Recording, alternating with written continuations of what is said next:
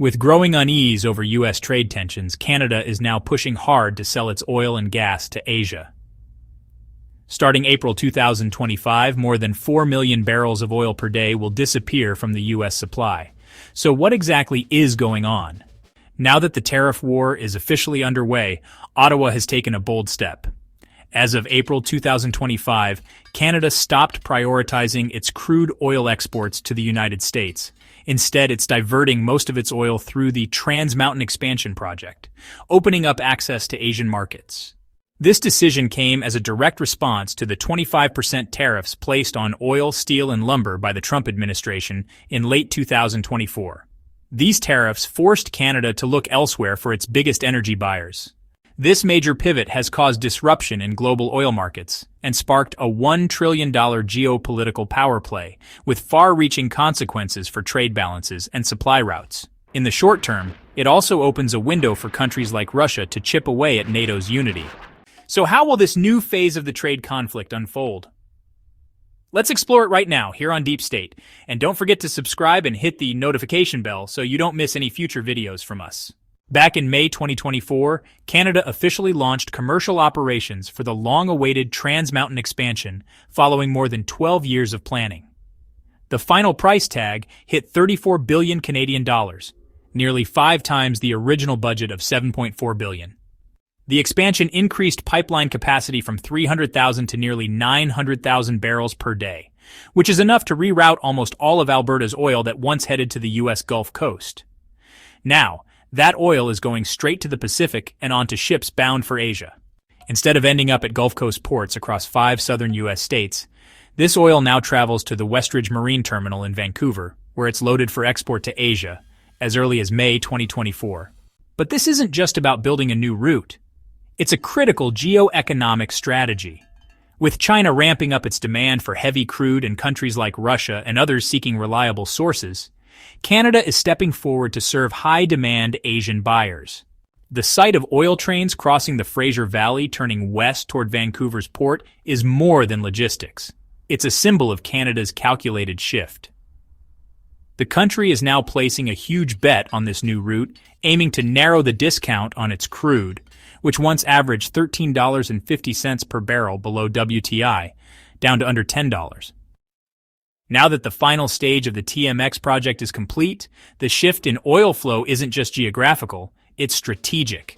Canada is moving away from its deep-rooted energy partnership with the United States and embracing the Asian energy market, where trade values can reach hundreds of billions annually. According to TD Securities, Canada's oil production will likely hit an all-time high of 5.3 million barrels per day this year, as producers scale up output to match the pipeline's expanded capacity. This project is a huge win for Alberta, said Premier Danielle Smith, as it allows the province to greatly increase oil output. Before tensions boiled over, Canada provided more than 60% of U.S. crude imports, which made up roughly a quarter of all U.S. oil imports. But recent EIA data shows that U.S. imports from Canada have fallen to 3.1 million barrels a day, the lowest in 2 years. This drop is causing big problems. Many U.S. Gulf Coast refineries designed specifically for Alberta's heavy crude now face a shortage of their main feedstock. Since most U.S. oil wells produce lighter crude, these refineries are being forced to either reduce operations or switch to less efficient modes, driving up costs. One obvious result? Gas prices in the U.S. are already climbing. According to APR, the average price for a gallon of regular 87-octane gasoline is now around $3.15. A 1.8% jump nationwide as of January 2025. Analysts warn that if the shortage continues and tariffs stay in place, prices could cross $4 per gallon in states like California and Hawaii by next fall. With these rising costs, American households will feel the squeeze, from school runs to delivery services to weekend road trips. As energy prices continue to rise, inflationary pressure along the entire service chain may speed up, pushing communities into a tighter cycle of spending. Since the Trans Mountain Pipeline started delivering oil to Asia in May 2024, the region's top 3 economies, China, India, and Japan, have quickly secured long-term contracts. This move has effectively made Asia Canada's new go-to market for crude oil. Data from Vortexa shows that between June and October 2024, shipments of Alberta's heavy crude through the TMX pipeline to China averaged around 187,000 barrels per day. That's nearly 55% of all oil Canada sent to Asia. One of China's biggest private refineries, Rangan Petrochemical, bought 3 to 7 cargoes a month, equaling between 53,000 and 125,000 barrels per day. These deliveries replaced Middle Eastern sour crude that had previously filled their supply gap. In India, Reliance Industries, which owns the 1.44 million barrel per day Jamnagar refinery, struck its first agreement for 2 million barrels of TMX oil for July 2024. This deal opened the door for future imports to grow into the hundreds of thousands of barrels daily in the coming years. It also allowed Reliance to benefit from a $5 to $6 per barrel discount compared to Brent, increasing their profit margins. Meanwhile, in Japan, the nation's leading refiner, Enos, teamed up with Korea's GS Caltex to split a 550,000-barrel Cold Lake shipment. Enos received 250,000 barrels in September 2024, the first-ever TMX cargo sent to East Asia. This delivery helped establish Canada as a serious contender in the battle for heavy crude market share. With these three economic giants locking in nearly 500,000 barrels per day through long-term deals, analysts estimate that, at an average Brent price of $75 per barrel over a 10-year period, the total trade value could surpass $1 trillion. This shift quietly signals a challenge to Western control over global energy. Canada isn't just expanding its market reach, it's also threatening the flow of oil that has long powered the U.S. So what's your take on Canada's Trans Mountain Pipeline expansion? Drop your thoughts in the comments so we can explore the issue further here on Deep State. Instead of weakening Canada, the 2024 U.S. tariff package actually sparked a flood of Asian demand. According to Kepler data, TMX oil exports out of Vancouver surged to 246,000 barrels per day in March 2025, a 29% increase from February's 191,000 barrels per day, the highest since the pipeline's expansion began operating. This spike came right after the U.S. slapped a 10% tariff on Canadian crude in early March, proving that Asian buyers are more than willing to snap up discounted oil to meet their growing energy needs. The rush of money from the East reached Ottawa fast. Major producers like Suncor and Savvis profited from a $5 to $7 per barrel discount versus Brent, while the Canadian government saw boosts in tariff and transport fee income. Instead of backing down, Ottawa doubled down. In early 2025, Trans Mountain announced plans to study new pump upgrades and expand storage, looking to push capacity from 890,000 barrels to over 1 million barrels per day within the next 3 to 5 years. This shows that rather than forcing Canada to compromise, Trump's tariffs accidentally helped strengthen Canada's energy export strategy. With oil shipments shifting from the Atlantic to the Pacific, Canada didn't just find new customers, it used the pressure as a reason to invest in long-term infrastructure. This move forces traditional U.S. allies who rely on cheap oil to seriously rethink their position. As Canada redirected its heavy crude to Asia, Russia noticed the opening left behind in the U.S. market and quickly acted. According to Reuters, crude exports from Russia's western ports are set to rise by 100,000 barrels per day, reaching 1.97 million barrels daily by April 2025. This comes despite OPEC Plus output cuts, thanks to completed maintenance and access to new markets. At the same time, Arctic oil tankers used ship-to-ship transfers to send over 20 million barrels to China in April 2025 alone, bypassing U.S. sanctions and highlighting Russia's adaptable oil logistics. At the same time, Arctic oil tankers used ship-to-ship transfers to send over 20 million barrels to China in April 2025 alone, bypassing U.S. sanctions and highlighting Russia's adaptable oil logistics. But Moscow's push didn't stop with Asia. As the northern sea route becomes more accessible due to climate change, countries are now racing to develop it. This Arctic passage offers a shorter shipping route to Asia and reduces dependence on the Suez Canal. In response, Canada is taking action, not sitting on the sidelines. The Canadian government is stepping up its investments in Arctic security and infrastructure. From advanced radar systems to new icebreakers, Ottawa is preparing to protect this rising northern shipping route. From this point of view, a new Arctic oil partnership between Russia and Canada is starting to take shape. Russia brings vast energy resources and strong Arctic drilling capabilities. Canada, in turn, offers the Trans Mountain Pipeline, which leads directly to the Pacific coast. Now add China, currently the world's largest oil importer, and what you get is a potential three-country oil alliance. Together, they could control energy flows worth hundreds of billions of dollars each year, posing a serious challenge to NATO's energy strategy in this era of shifting global power. But is this strategy really so simple for Canada? Since the launch of the Trans Mountain expansion, it has faced strong backlash from local groups and civil society organizations. Environmentalists argue that the expansion will only worsen the already high emissions from Alberta's oil sands, which are 6 times more polluting than regular crude oil. They're also concerned about the risk to British Columbia's coastal ecosystems. Even more pressing is the opposition from First Nations communities.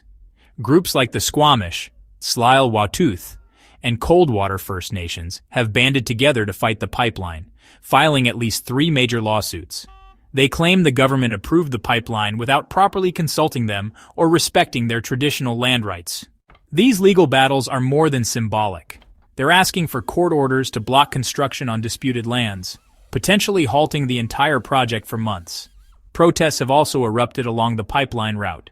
From demonstrations in Kamloops to protest camps outside the West Ridge Marine Terminal in Vancouver, Indigenous and environmental activists have been stopping machinery and camping out for days. In response, the federal government has brought in both Indigenous monitors and environmental observers to manage the situation on the ground. But public pressure hasn't faded.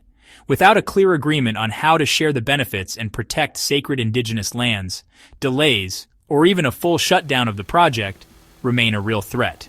Now the real question is whether Ottawa can build a strong, united solution that satisfies all sides, or whether the Trans Mountain Pipeline will go down in history as a major infrastructure failure caused by ignoring community rights. If Canada wants to speed up its journey toward energy independence, this is a problem it must solve, quickly. Adding to the urgency, the global crude oil market is undergoing a major transformation that will shape the rest of the decade. The International Energy Agency predicts that global oil demand will reach its peak at about 105.6 million barrels per day by 2029, then flatten out and slowly decline after 2030. The main reasons for this shift, the electric vehicle boom and green energy policies, which could cut global demand by nearly 5 million barrels per day. In Asia, the main target for Canada's Trans Mountain Pipeline, the green shift is moving just as quickly. China, which holds around 60% of the global EV market, wants 1 in every 3 cars sold to be electric by 2030. India, currently at just 2.5% EV adoption in 2024, is aiming for 30% by 2030. As these large, energy-hungry economies step up their EV efforts and push for more biofuel use, oil demand in developed nations, OECD countries, could drop even faster than expected. That's where the risk for Canada's $34 billion Trans Mountain expansion comes in. It's designed to carry heavy oil from Alberta. But if Asia follows Europe and North America's path toward clean energy, the pipeline could be underused after 2030, leaving Canada with too much transport capacity, high maintenance bills, and too few buyers to make it worth it. This is the long-term problem that Ottawa must solve, or risk turning the Trans Mountain project into a white elephant in the middle of a global energy transformation. Meanwhile, since the start of the year, Brent crude prices have jumped nearly 8%, climbing from about $72 per barrel to $78.05 by the second week of 2025. The rise has been fueled by global supply fears and rising geopolitical tensions. Brent's increase doesn't just affect oil-importing countries, it's also reshaping the global energy transport system, with Canada gaining a stronger role in Asia. As Europe is cut off from low-cost Canadian crude, it has turned to more expensive oil from the Middle East and Africa. According to Reuters, sanctions on Russia and trade disruptions with the United States have pushed European buyers to these higher-cost options, leading to input cost hikes and tighter refining profits. Refineries in Germany, Italy and France have reported rising input costs of $3 to $5 per barrel since the beginning of the year, which is now adding pressure on local fuel prices. At the same time, shipping routes have shifted. Major tankers from the United States Gulf Coast now have to go through the Panama Canal or around Cape Horn to reach Asia, causing delays at ports like Vancouver and Burnaby. Shipping rates are up too. VLCC charter prices from the Middle East to China have jumped 39% to $37,800 per day, and Aframax trips from Russia to China have more than doubled. These changes don't just slow delivery, they also add $2 to $3 per barrel in shipping costs, raising global fuel prices. With Brent rising, Europe paying more, and shipping lines clogged, the global oil supply and demand balance is facing fresh instability. Canada, now acting as a gateway to Asia, must deal with these shifting dynamics. Importers, exporters, and shipping companies all need to adjust their plans. The world is entering a new, more unpredictable era in energy. In the end, Canada's move to cut off the U.S. market and embrace Asia wasn't just a reaction. It triggered a geo-economic shift potentially worth $1 trillion. More than 4 million barrels per day have been rerouted straight to Asia. Washington, once confident in Canada's steady supply, now faces higher gas prices, refining shortages, and growing inflation. Meanwhile, Ottawa has capitalized on this moment, investing in its infrastructure, signing long-term deals with China, India, and Japan, and even exploring ties with Russia, challenging the traditional energy order in the West. So, in this big global energy chess game, who makes the next move? Will the United States find a way to pressure Canada to come back? Or will Ottawa keep walking the line between Washington and Beijing, reshaping the oil trade for the 21st century? Hit subscribe to Deep State so you don't miss how this plays out, plus all the latest military, political, and economic updates from us.